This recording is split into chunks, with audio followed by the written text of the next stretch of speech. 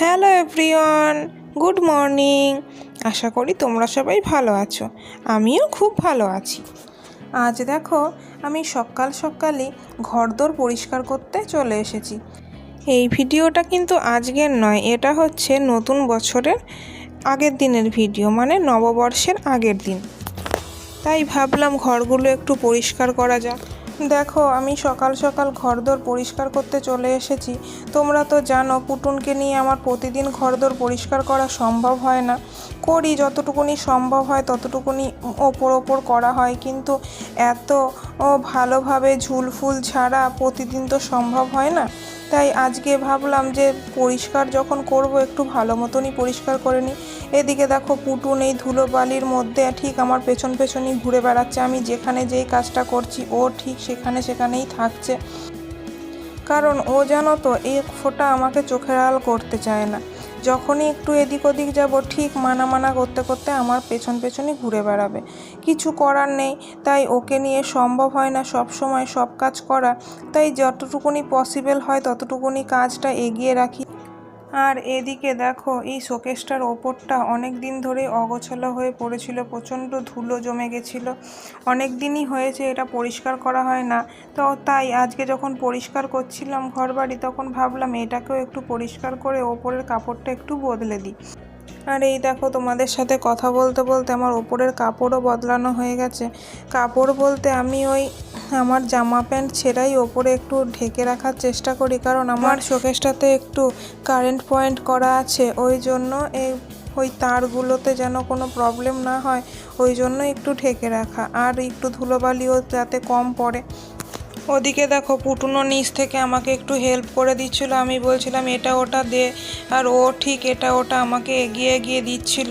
আর আমার যেন তো খুব ভুলো মন, আমি জায়গার জিনিস জায়গায় না রাখলে সব ভুলে যাই। তাই যখনই গোছাই তখনই ভাবি যেটা যেই জায়গায় ছিল সেটা সেই জায়গায় বাবা রেখে দিই, না হলে পরে যখন কেউ খুঁজবে তখন আর সেটা আমি দিতে পারবো না।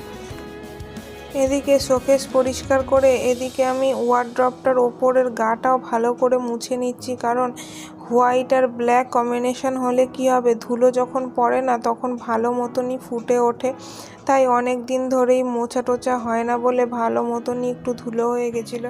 এদিকে দেখো, পুটুন আমাকে খুব বিরক্ত করছিল, তাই আমি একটু রেগে গেছিলাম মাঝখানে। কোনো কাজই ও ঠিক মতন করতে দেয় না, আমি যত তাড়াহুড়ো করি ও তত আমাকে দেরি করিয়ে দেয় সব কাজেই। এদিকে দেখো, মানে দরজার পেছনটা তো ভালো মতন ঝুল হয়ে গেছিলো। বলছি না, অনেক দিন ধরেই পরিষ্কার করব করে কিছুতেই আর করা হয় না। কিন্তু এই ফ্যানটা আমি কিছুদিন আগে পরিষ্কার করেছিলাম, তাই ফ্যানটাতে তেমন একটা ঝুল নেই। তবে তাও ভাবছি সবই যখন করছি তখন ফ্যানটাকে একটু হালকা করে মুছে নিই। এবার ঘরদোর ঝাড়াঝাড়ি তো কমপ্লিট, এবার মোছার পালা। দেখো, আমি বালতি নেতা নিয়ে চলে এসেছি।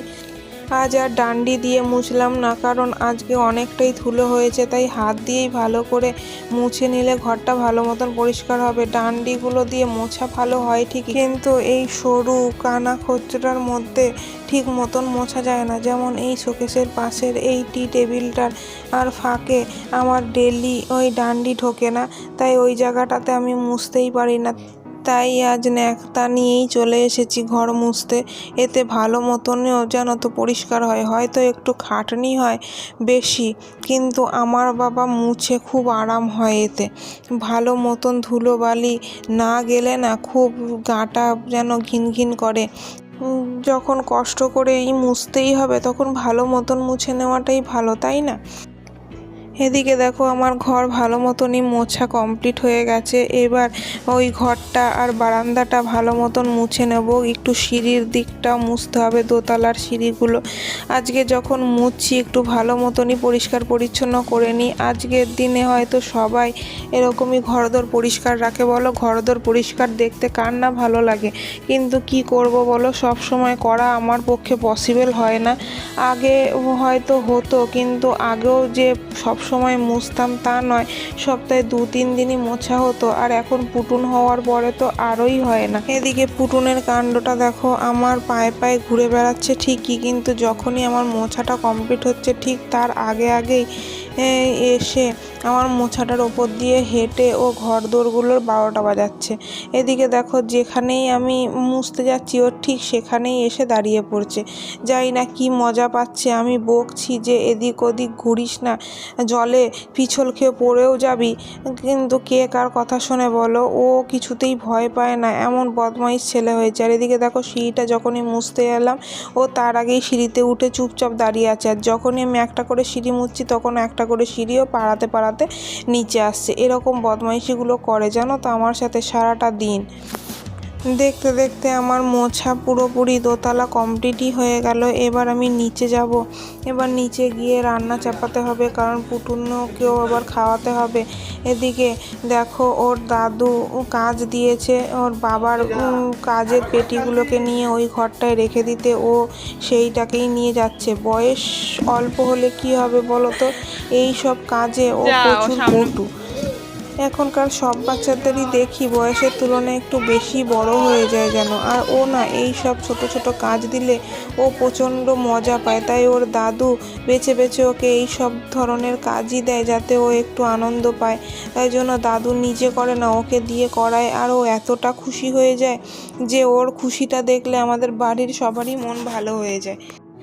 এদিকে দেখো আমি ওদিকে নোংরা সব কাজকর্ম করে চলে এসেছি স্নান করে রান্না চাপাতে। এদিকে আজকে আলু পটলের তরকারি হবে, আর এদিকে তেলাপিয়া মাছ এনেছে, তেলাপিয়া মাছের ঝোল, আর এদিকে পুটুনের মাছের ঝোলও হবে। এদিকে সবই রান্না টুকটুক করে করতে হবে।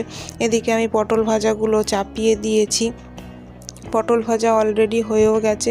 এদিকে আমি আলুগুলো চাপিয়ে দিচ্ছি। অন্যদিন কি হয় বলো তো, আমি স্নান করে পুজো দিয়ে একেবারে রান্নাঘরে ঢুকি, তাই ওইদিকে বাসি নোংরা কাজকর্ম আর পরে আর করতে ইচ্ছা করে না। আজকে মা যেহেতু স্নান করে পুজো দিয়ে দিয়েছে, তাই আমি ভাবলাম এই দিকের কাজগুলো অনেক দিন ধরেই হয় না, তাই ওই কাজগুলো একটু সেরে আসি। দেখো মা করলো বলে আমার এই দিকটাতে অনেকটা হেল্প হলো। আমি ওপরের ঘরদোর দোতলাটা একটুখানি পরিষ্কার করতে পারলাম।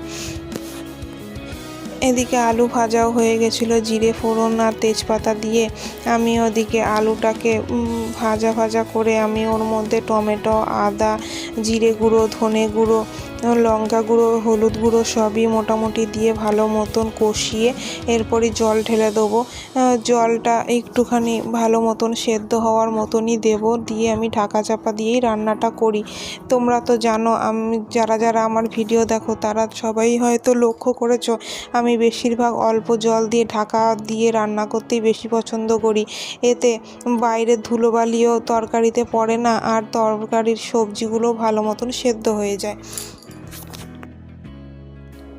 ওদিকে আমার আলু পটলের তরকারি হয়ে গেছে। আলু পটল ভালো মতন সেদ্ধ হয়ে যাওয়ার পর আমি একটু গরম মশলা ছড়িয়ে ওটাকে নামিয়ে রেখে দিয়েছি। আর এদিকে দেখো আবার কড়াইতে তেল দিয়ে একটু গোটা জিরে ফোড়ন দিয়ে আমি পেঁয়াজ আর কাঁচা লঙ্কা একসাথে ভেজে নিচ্ছি। এটা একটু মাছের ঝোল করব, পেঁয়াজ আদা বাটা দিয়েই। আদা বাটা শুধু নয়, এখানে একটু রসুন বাটাও দেব। আর এদিকে যেমন মশলা সব তরকারিতে আমি ইউজ করি হলুদ গুঁড়ো, লঙ্কা গুঁড়ো, নুন, জিরে গুঁড়ো, ধনে গুঁড়ো, তেমনই ওরকমই নর্মালি মাছের ঝোলটা করছি। আর এদিকে দেখো তরকারিটা ফুটছে এদিকে। আর এদিকে আমি ছোট হাঁড়িতে করে ভাতও বসিয়ে দিয়েছি। আজকে যেহেতু শুধু দুপুরের জন্য রান্না হবে, সকালে আমরা অন্য কিছু ব্রেকফাস্ট করে নিয়েছি, ওই জন্য সকালে আর কেউ ভাত খায়নি, ওই জন্য আজকে একটু বেলা করেই রান্নাটা হয়েছে।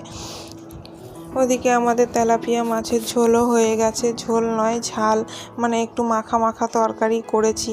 আর এদিকে দেখো সব রকম সবজি দিয়ে আলু, গাজর, বিনস, হাতের কাছে যেই ধরনের সবজি পাই আমি সেদিনই সেই সবজি পুটুনকে খাওয়ানোর চেষ্টা করি। ওকে এক একদিন আমি আমাদের যা রান্না হয় সেগুলো দিয়েও মানে খেতে দিই, আবার আলাদা করে মাছের ঝোলও করে দিই, কোনো ঠিক নেই। আমি আমার যেটা সুবিধা হয় সেদিনকে ওকে সেটাই খাওয়াই। আসলে পুটুনকে এক একদিন এক এক রকম টেস্ট দেওয়ার চেষ্টা করি, কারণ পুটুন এমন হয়ে গেছে না, একই রকম রান্না একই রকম টেস্ট প্রতিদিন খেতেও পছন্দ করে না, মানে সেদিনও ভাতই খায় না। ওই জন্য ওকে একটু ঘুরিয়ে ফিরিয়ে দেওয়ার চেষ্টা করি। এক একদিন আমাদের তরকারি, এক একদিন ওকে আলাদা করে লঙ্কা ছাড়া তরকারি, এরকমই দেওয়ার চেষ্টা করি। এদিকে দেখো ওর সবজির ঝোলও চাপিয়ে দিয়েছি। ওর সবজির ঝোলটা একটু ঢাকা চাপা দিয়ে রান্না করব। আর এদিকে জানো তো গাছে অনেক বিনস হয়েছিল, বাবা সবই প্রায় পেকে যাচ্ছিল বলে তুলে এনেছে, কিন্তু অত বিনস কদিনে পুটুনকে খাবো বলো? তাই আজকে ভাবলাম একটু বিনসের ভর্তা করে ফেলি, যাকে বলে বিনস বাটা। আর এদিকে দেখো বাবুর মানে পুটুনের কই মাছের ঝোল সবজি দিয়ে, আর এটা আমাদের মাছের ঝাল, আর ওদিকে এটা হচ্ছে আলু পটলের সেই মাখা মাখা তরকারি। আমার প্রায় সবই রান্না কমপ্লিট। আর এদিকে পুটুনকে স্নান করিয়ে খাইয়ে দাইয়ে একটু পড়তে বসিয়েছিলাম। ও এখন ঘুমোবে না, ওই জন্য একটুখানি পড়তে বসালাম ওকে। আজকে এই পর্যন্তই, এখানেই ভিডিওটা শেষ করছি। নেক্সট ভিডিওতে তোমাদের সাথে আবার দেখা হবে। টাটা, তোমরা সবাই ভালো থেকো, বাই।